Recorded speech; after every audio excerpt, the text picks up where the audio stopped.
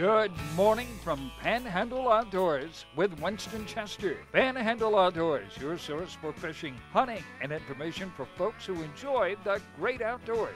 Now sit back, relax. It's Panhandle Outdoors. Good morning, folks. Welcome to Panhandle Outdoors. I'm Winston Chester. Glad you're here this Friday morning. We have a great show lined up. Got a special guest here in the studio. But first, our weather brought to us by Haney Technical Center at the corner of Baldwin Road and Highway 77. It's going to be hot again today. It'll be 91, low of 78, and water temperature, which we're always watching this time of year, is staying around 84 degrees. A really good situation with water temperature. I know a lot of you guys been catching a lot of fish offshore.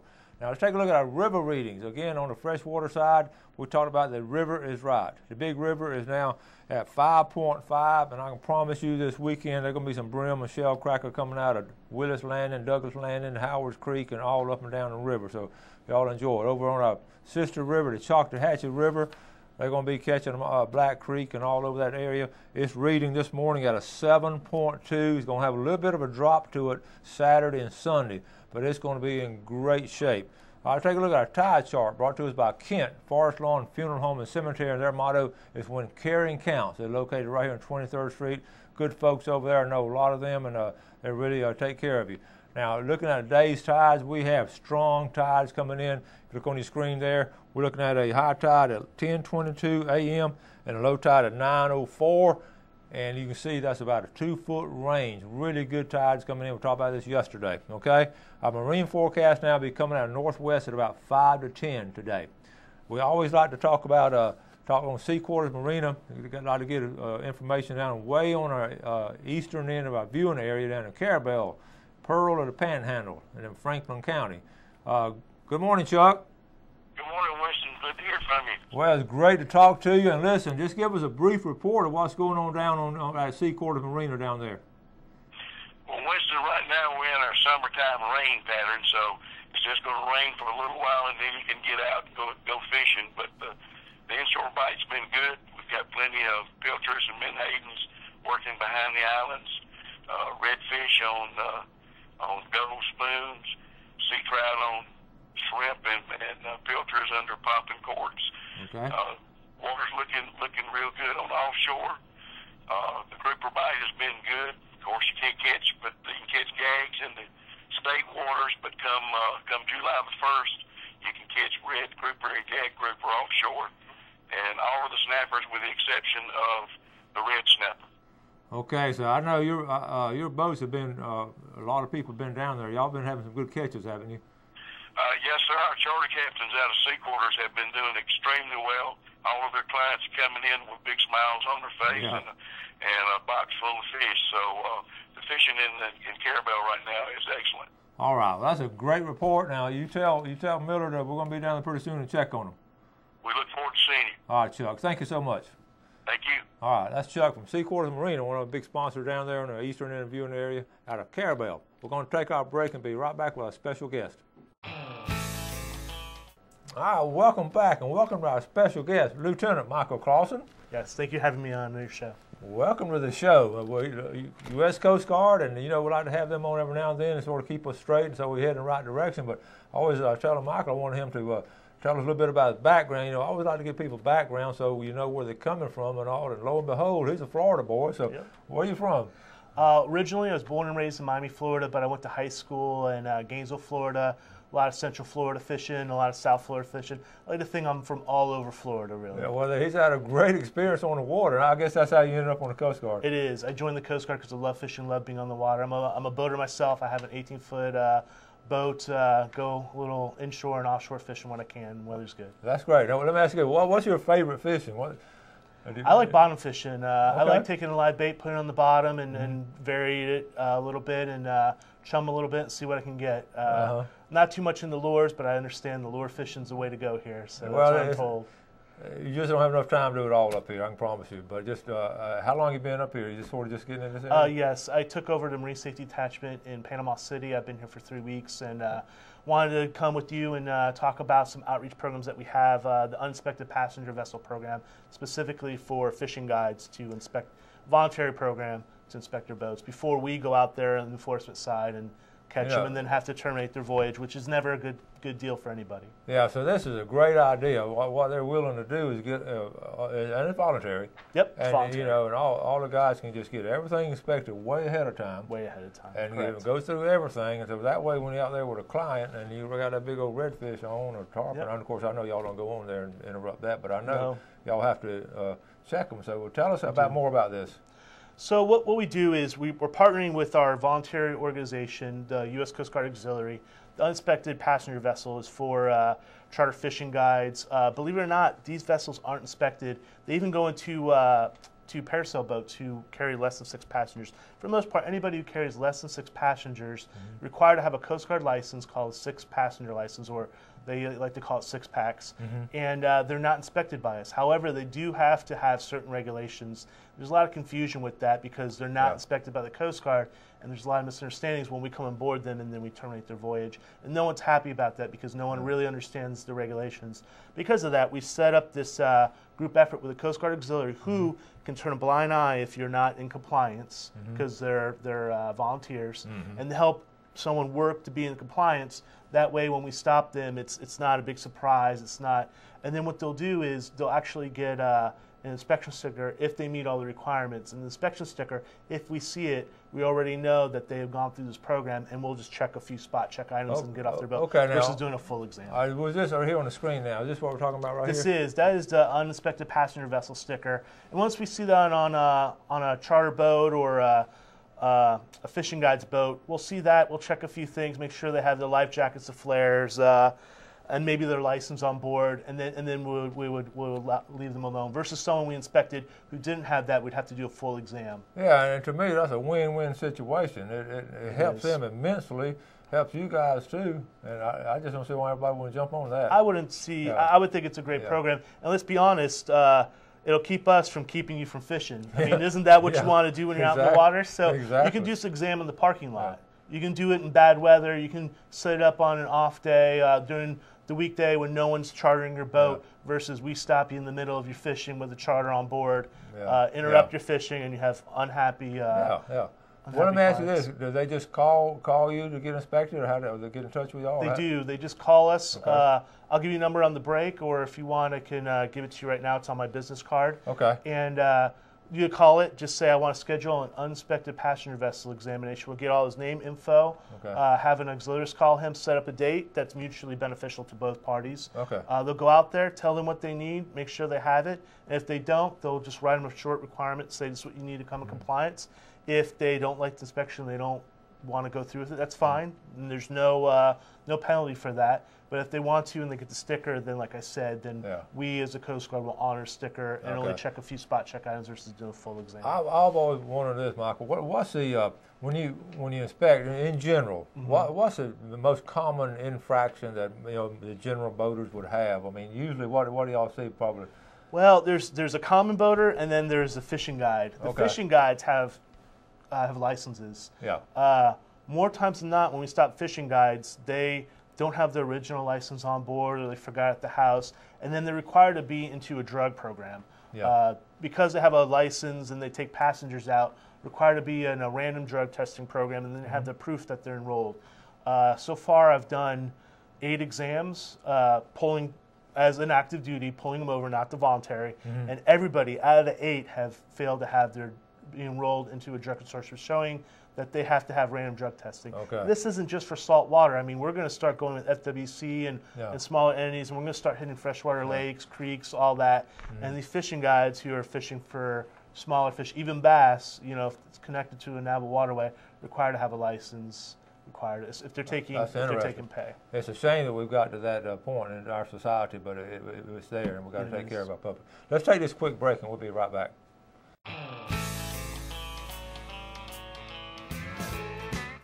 Hi, welcome back. Auxiliary Lieutenant Michael Clausen, U.S. Coast Guard, and we're talking about safety inspections and things that make us better sportsmen, better boat people, and we just want to get as much information as we can while you're here. So, what the average boater, recreational boater and all that goes out on weekends and all, what are some things they can do? I know you have this volunteer program where your auxiliary just does a great job inspecting. Yes, they do. And tell us a bit about that. So, and I'm very proud of this. The Coast Guard is the only military organization that has a voluntary force, the auxiliary. And the auxiliary, the program I talked in the first segment was for licensed captains, but there is recreational safety exams for that too, and they can get that. Some of the common violation we find, whether it's commercial or recreational, is life jackets aren't serviceable, flares are out of date or in bad condition. We like to check on the commercial side charts and drugs and licenses and stuff like that, because that's a little bit more the common things that people miss. And all these things are very, very important, because when there's an accident on board with a passenger, we have to go and do an investigation. The investigation reveals usually that their paperwork wasn't in order, safety gear is in order. Usually there's a chain of events that kind of leads into the accident. If it's a fire, usually not only did they have inappropriate fuel systems on board, but they didn't have a backfire flame arrestor, or the fire extinguishers out of date. And it's the fire, then it's the fire extinguishers, then it's the guards that were in there to keep the fire from happening. It's usually a chain of events that leads to, unfortunately, catastrophic accidents. You know, recently I know there's a boat at Bay Point caught on fire. Usually when a boat catches on fire, there's not much you can do. I mean, they're going to burn. They really, most of them I've seen is burn. You can't. I'm the investigator on that case, and I can tell you the owner did everything possible. It was and it's a weird case. It was an electrical fire during electronics install. But again, sometimes training. On this point, that the fire could have easily put out. They installed fire systems. What they did is they got off the boat, broke the window, and put a hose in. Granted, I'm not sure the situation. I'm sure when the fire breaks out, the first thing you want to do is get off. And if he could have do it safely, that's probably what he did. Yeah, you always worry about explosions and things like that too. But utilizing the onboard fire systems would have suppressed the fire. $1.5 million boat, most likely going to be a total loss. Wow. So now, when you personally go, do you go aboard yourself on the boats and all personally, or do inspections? I do, but I do have a contingency of people who also do investigations for me. So it's not to say that I'll be there personally. You have about a 50% chance of seeing me personally. I have about 4 other investigators, inspectors that go out. Let me ask you, how many, when you inspect people and there's a violation, and some people, they say they don't know the law, but seriously, how many of them just flat out maybe did not know that? Or I think a majority. I think a majority. That's why we're trying to start this program, to kind of get educated and say, look, because no one likes to get stopped. It's kind of like a test and say, guess what, you failed in front of the authorities. We're kind of giving you the Coast Guard auxiliary so you can study for the test, and you can be prepared for the test before we go on board and say, guess what, you have to go to the dock, tie up, and got to go to wherever you can go to get buy fire extinguishers, flares, life jackets, and I'm sure that ruins your day and takes you time off the water. Well, listen, we got checked with Steve Petty, his 33-foot boat. We were flying in about 6:30, 7 o'clock the last snapper trip we had on, and we got checked by the FWC, that big old boat there. Oh yeah, big old boat, and of course we are all in compliance and everything. But Steve, I'm gonna tell on Steve. He could not, and he's a captain. He could not find his registration. He looked all up and turned the boat upside down. He could not find it. So I told the officer to go ahead and arrest him, and put him in jail if he don't know better than that. But those little things, you do forget things sometimes. You do forget. And they have. I know those guys are so courteous and all. I know you guys are too. Yes, and everybody. And we're all in it for the same situation. We want to enjoy ourselves and we want to be safe. Exactly right. And it's as simple as that. Exactly. Let me ask you this: in your years' experience too, the majority of accidents and all you've inspected and all in your 20 years in the Coast Guard, what's caused most of them, the accidents? So no one tries to ever have an accident. It's usually they forgot something. I have my boat right now. I have it taken out. I'm looking forward to some great weather to take it out. It's been sitting all summer. So I should be thorough before I take it out to run it, check everything, check the fuel systems, make sure I have everything. I'm going to actually call the auxiliary too and have them come, and I'm an active duty guy, because having a second set of eyes always helps, because sure enough, I looked and I saw that flare, but when I need it, I broke down, I look and it doesn't work and it's out of date. In my mind, I see what I want to see. And I want to see that flare or that life jacket be serviceable, because I don't want to go drop $50. So most of the time it's some kind of malfunction, some kind of mechanical failure in the boat that's going to cause an accident, or just failure of the operator. So in the beginning of boating season, we always see We see a lot during beginning of boating season, and then some pivotal point like snapper season or something where it gets people who don't usually take their boat outs to knock off the cover of the boat, take the boat out, and then all of a sudden they realize they have problems. And they don't check for problems before they take it out. They go, oh, time to undo the thing. I don't have time to check it. I got to beat the clock and go out for snapper season or go out on the 4th of July or Labor Day, Memorial Day or whatever. And that's just human nature to do that. It's human nature. I see it. I did the same thing with my flares. I said, oh, no, they're out of, I got to run get another. I would ask you to take 2 or 3 days before the 4th of July, before Labor Day, call up the auxiliary, go through your safety stuff, get your boat, run it, make sure everything's in serviceable condition versus trying to do that and you're at the ramp and it doesn't start, or you get in the middle of the ocean, it doesn't start, and your flare's out of date. You have no serviceable life jackets that are all dry rotted. That's a scary feeling. Let me ask one more quick question. Your flares, your used up flares, I mean, that's outdated. What do y'all recommend how to disperse those? That's always a topic everybody will ask me. So the aerial ones, it's always a tough thing.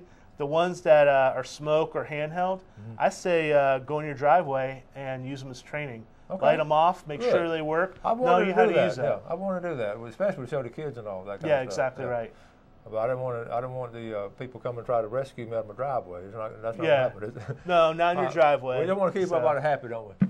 And to keep everybody happy, now we got to move along. We're going to, every Friday we draw from Tarpon Rock Seafood for winter. Now I know you're just getting up here now, but they got some great seafood down at Tarpon Rock if you don't catch any. But they're gracious enough to give away a red snapper and a $20 gift certificate. So the first one we're going to always draw for the $20. So just reach in here, Michael, and just pull out one name. It's going to be. Yeah, this is going to be for the $20 gift certificate. And the winner is Dennis Scott from Sneeds. Dennis Scott from Sneeds. All right, I'm going to put $20 on here. Dennis, drive on down and buy us something good for that $20. And now for the red snapper, stir it up one more time. We've got viewers all over Panhandle. Y'all close your eyes. All right. And the winner, Ernie Regadio. Ernie Regadio. And Ernie up in Southport. So we have winner in Sneeds and up in Southport. And Ernie is... don't live too far. He's right around the corner from me. In fact, Ernie was one that won the book. So, folks, that's why I want y'all to register. Everybody can win. Red Snapper. It's 2 winners. Well, listen, Lieutenant Clausen, thank you so much. Thank you very much. You got to come back on pretty soon and talk about some fish stories. Let's do it. Okay. I can't wait. All right. We're going to take a final break and come back with a famous Friday fishing report after this break.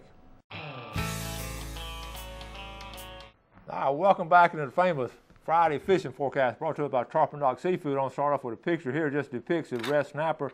We've been doing so well. But this is a special young man, Graham Ball. He's a former student of ours. He's a kicker playing college football. He was home for, I got to see him a couple weeks ago at the end of school, and his mom sent me a picture of 2 big snapper. And look at that second one out there. Excellent. Good job, Graham Ball, and good to see you back home. I know you're getting ready to go back up north and go into kicking. Now let's go into our Google Earth and talk about fishing. Now generally what's going on is the red snapper bite, I'll be honest with you, sort of in the situation in the state waters, which is only place legal, it's getting a little bit scarce, and I'm going to read some reports. I'm going to start at Mexico Beach because Mitch Copeland's really good about sending in some good reports. He said water temperature is good down there at 84.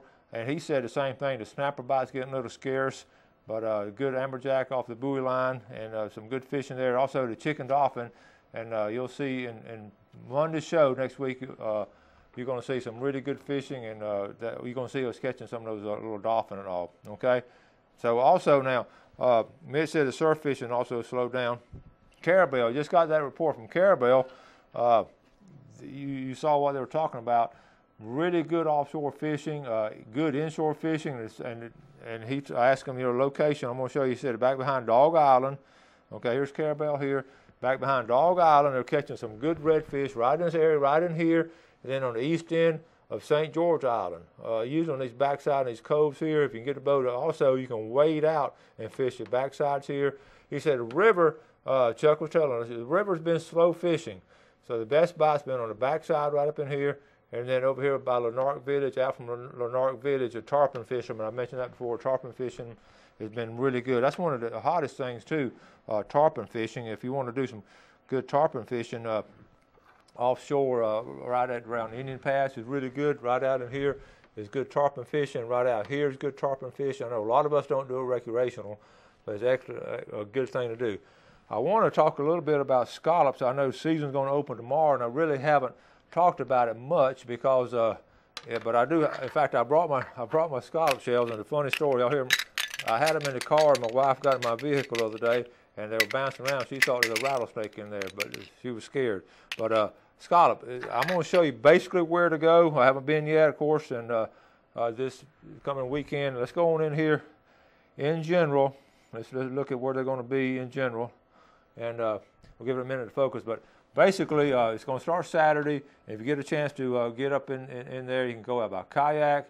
I'll just show you some places to go if you want to go in by a kayak, okay? Right up in here, right up through here. You can paddle through here. See these canals, and I mean these right out here. These scallops are going to be. I would stay out of deep water. I've always been scared of deep water. See where it comes in here past Pig's Island and over in here, and Richardson Hammock.